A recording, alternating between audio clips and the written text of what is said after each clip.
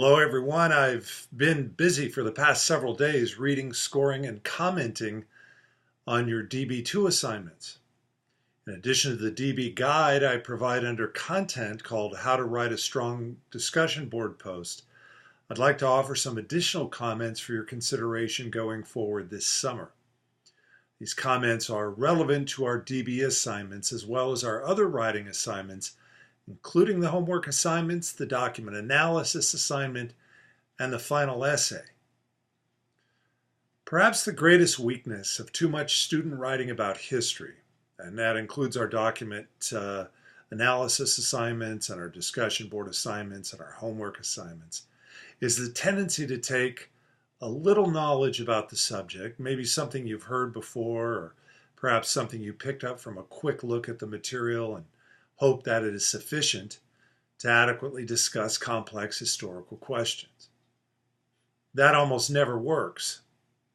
So with that in mind, when you attempt to answer a prompt like, how was the West won, which was your document, your discussion board 2 assignment prompt, or was the government justified in prosecuting Eugene Debs, discussion board 3, or the DB4 assignment coming up on Joseph McCarthy, you should understand that there are no easy answers. In fact, one of the surest signs that a student is not adequately prepared for such an assignment is the appearance of an oversimplified, poorly supported, easy answer to the prompt. Remember, I'm not evaluating your work based on your opinion, but rather how well you have demonstrated familiarity with the assigned sources and your overall understanding of the historical issues involved, down to the level of detail, including the basic historical context in which the assigned history took place. You should draw deeply from our weekly lectures and assigned reading to help you frame and define these contexts with specific historical details. To help you with this, I posted a sample DB2 post under the discussion board guide and rubric section of content, and I encourage you to take a look at it. Sometimes it's easier to see what a good discussion board post looks like than to hear me tell you what it looks like.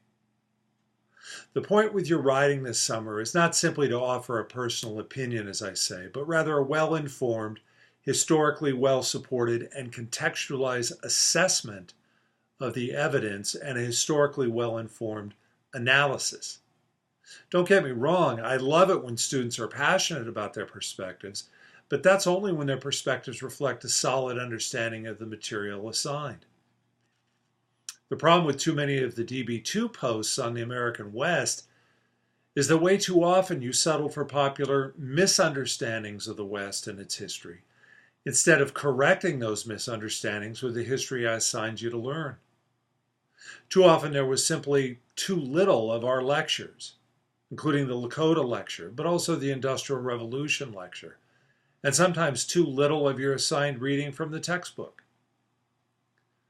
If your post omits a serious discussion of the material presented in those sources, what am I left to grade? What can I score if not your understanding of those assigned sources? Now, I think you're starting to understand that history is not simply a subject used to celebrate our heritage.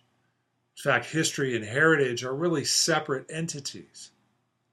I scolded some of you for using pronouns like we and our in referring to the events of the 19th century, as if you were there and took part in the history we're studying. What you are assuming, of course, is that American nationalism entitles one to say we or our simply by membership in the nation.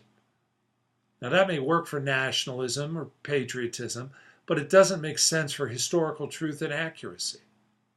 You know, sports fans do this. They say, we won the World Series or we won the Super Bowl, when in fact what they mean to say is that they root for the team whose players won the World Series or Super Bowl.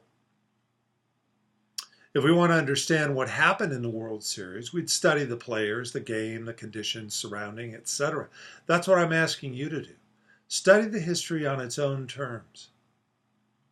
Yes, now it's true, we do tell our children in school sanitized versions of history in order to promote good citizenship.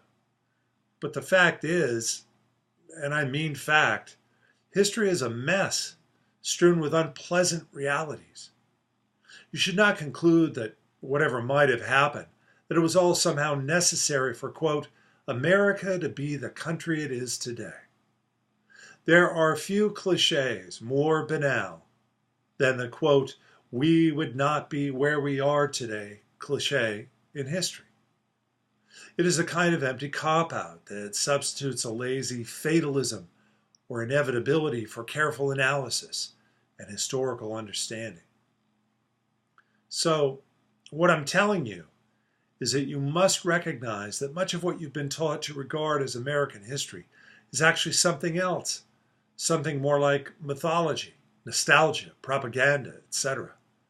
And therefore, before you can do history, that is, write about America's past in a thoughtful and accurate way, a way consistent with the evidence and facts of the past, and a way to garner yourself a higher score in the process. Before you can do that, you have to see history itself differently. History is not mythology, and history is not heritage, and it pays to keep in mind that there are few easy answers in history. And most of what you think you know about the past, even America's past, is likely to be dreadfully inadequate to our task this summer. So once you come to terms with that, you'll be in a much better position, I think, to successfully do history. So dig into the sources I assign, read carefully, reflect thoughtfully on what you've read, and see yourself not just as answering a question, but engaging in a thoughtful, accurate discussion of the past based on the prompt I've assigned and the evidence that your assigned sources offer. As always, I thank you for your patience in awaiting for submissions to be scored. As you probably realize, the sort of feedback I provide requires that I read your work carefully, think about what you've provided, and offer feedback comments that hopefully will be clear to you. In other words, I impose the same standards for myself that I require of you. And as you can probably appreciate, that's a time-consuming business. So be sure to get in touch with me if you have questions about your work or about my comments or the scores I've assigned you. And if you have questions about the process I've outlined here about understanding history and how it might help you moving forward. Have a great week, everyone.